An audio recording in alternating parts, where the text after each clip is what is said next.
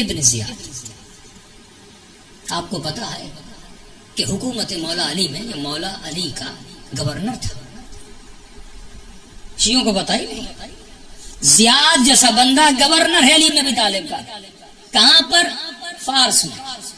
اس وقت کا فارس یعنی ایران پاکستان کا بارڈر اور سارا افغانستان اس میں آتا تھا. مولا ظاہر کو دیکھتے تھے. اس وقت اگر نیک ہے، معاشرے میں خوش نام ہے، بدنام نہیں ہے، مولا کو عہدہ دیتے تھے اور کوشش کرتے تھے کہ اس کو اپنی طرف مائل کریں. اور یہ ملتا ہے کہ مولا زیاد کی تعریف بھی کرتے تھے، یہ بڑا تیز ہے، بڑا ہوشیار ہے، اس کو مینج کرنا آتا ہے. اور یہ بھی مولا علی کا بڑا پکا مولا تھا.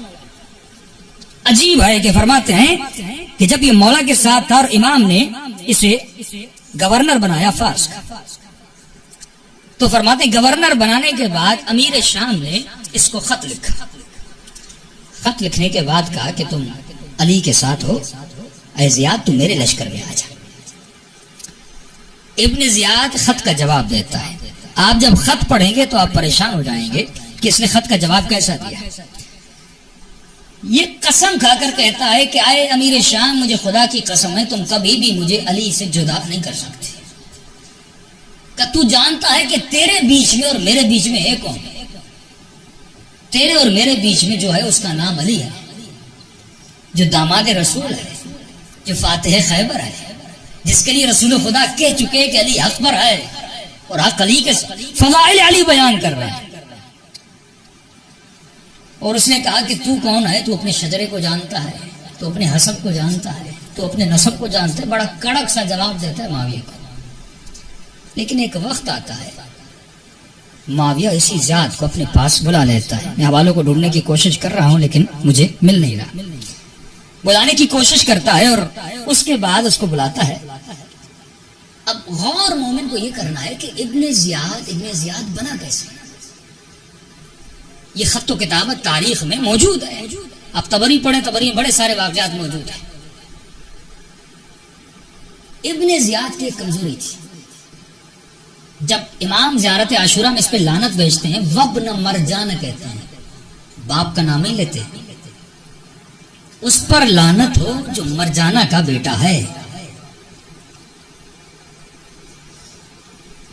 صلوات پڑھے محمد و آل محمد کا.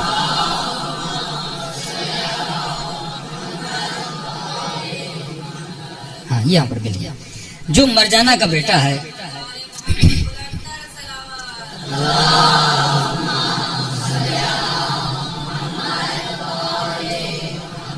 وعجل فرجہم، فرمائے لعنت اس پر جو ابن مرجانہ کا. امام عرب میں اگر ماں کے نام سے کسی کو بلایا جائے یہ اس کی توہین ہے. یہودی فخر کرتے ہیں ماں پر، وہ ہمیشہ ماں کے نام سے پکارتے ہیں. عرب ہمیشہ خود کو باپ کے نام سے یاد کرتے ہیں. تو ابن زیاد کا تاریخ یہ ہے، یہ تبری بھی لکھتا ہے، ابن ابو الحدید بھی لکھتا ہے، ابو بلال ہیں سنت کے بہت بڑے عالم دین ہیں، وہ بھی اپنی کتاب میں لکھتے ہیں. فرمایا کہ زیاد کو یہ بات بڑی چکتی تھی کیونکہ اس کو بھی پتا نہیں تھا، جیسے کوئی یتیم بچہ پلتا ہے اور بڑا ہوتا ہے، اس کو پتا نہیں تھا میرا باپ کون ہے. تو کچھ کہتے تھے زیاد ابن ابی، اپنے باپ کا بیٹا، پتہ ہی نہیں باپ کون ہے. کچھ کہتے تھے مرجانہ کا بیٹا کیونکہ ماں کا پتا تھا مرجانہ کا بیٹا. یہ بات یہ اس کی تھی کمزوری. اسے ہم اسلامک سائیکولوجی میں کہتے ہیں کہ یہ اس کی ویک پوائنٹ تھی. اور شیطان ہمیشہ تمہاری کمزوری کو اپنی طاقت بناتا ہے تمہیں گمراہ کرنے کے لیے. ہمیشہ اس کو لوگ یہ تانا دیتے تھے، یا زیاد ابن ابی کہتے تھے یا ابن مرجانہ کہتے تھے. یہ بات اس کو کھٹکتی رہتی تھی اور ہمیشہ اس تلاش میں تھا کہ میرے باپ کا پتہ چل جائے اور میں بھی دنیا کو کہوں کہ میرا بھی کوئی باپ ہے. معاویہ کو، امیر شام کو زیاد کی کمزوری کا پتہ چل گیا اور تاریخ لکھتی ہے کہ معاویہ نے اس کو خط بھیجا اور خط بھیجنے کے بعد کہا کہ ابن زیاد تمہارے لیے ایک بڑی خوشخبری ہے. کہ کیسی خوشخبری؟ کا تمہارے باپ کا پتہ چل گیا. اس نے تعجب کیا، میرے باپ کا پتہ چل گیا؟ کہاں پتہ چل گیا؟ خلاصہ یہ کرو. اس نے کہا بھائی ہم دونوں تو بھائی ہیں. اس نے کہا آج کے بعد تم کہلاؤ گے زیاد ابن ابی سفیان. ابو سفیان بھی بنو امیہ کا کرتا درتا تھا نا، قبیلے کا ریس سردار ہو، اچانک یتیم بچے کو پتا چلے میرے باپ کوئی سردار ہے اور میرا بھائی حاکم شام ہے، میں علی کا گورنر، بھائی حاکم شام. اس نے اسی وقت علی کو چھوڑا کہ بھائی میں تو ابو سفیان کا بیٹا ہوں، بھائی معاویہ ہے تو بھائی کی مدد کروں گا، علی کی مدد کون کرے گا. اب علی کی محفل کو چھوڑا اور سیدھا چلا گیا کس کے پاس؟ معاویہ کے پاس. اب ابن ابی الحدید اپنی کتاب پہ لکھتے ہیں کہ اس کو جب بصرے کا حاکم بنایا، دیکھیے ایک ہی لمحے میں جب عدل سے نکلا اور ظلم میں گیا تو اس کی شخصیت کیسے بدلی. ایک ہی کمزوری کو اس نے طاقت بنا کے اپنے لشکر میں بنا دیا. یہی شیطان تمہاری کمزوریوں کو، یہی دشمن تمہاری کمزوریوں پہ کام کرتا ہے. اے جوان، اگر تمہاری کمزوری نگاہ حرام ہے وہ تمہیں نیٹ میں گمراہ کرے گا. اگر تو کسی نامحرم کے دھوکے میں آ جاتا ہے، اگر یہ تمہاری کمزوری ہے، کسی جوان کو دیکھ کر اس کو غسل میں پڑ جاتا ہے، یہ اسی کمزوری کو طاقت بناتا ہے اور کسی کو اپنے ملزم بنا دیتا ہے. یہ لعنت ہے جو زیارت عاشورہ میں 100 بار لعنت بھیج اس کے کردار پر، جس کردار نے اس کی کمزوری کو کمزور کر دیا، جس کردار نے اسے دشمن حسین بنا دیا. اب ابن ابو الحدید لکھتے ہیں کہ اس کو بصرے کا حاکم بنایا. یہ بصرے میں ہے، اس زمانے کا بصرہ بہت بڑا تھا، یہ آج بصرہ بہت چھوٹا ہے. حاکم بنا. ابن ابو الحدید اہل سنت کا، جس نے شرح نہج البلاغہ لکھی، کا یہ منبر پر گیا، لوگوں کو کہا، خلاصہ کروں آج وقت بہت ہو گیا، لوگوں کو کہا اس کی ٹیکنک خوف اور ورع کو پیدا کرنا.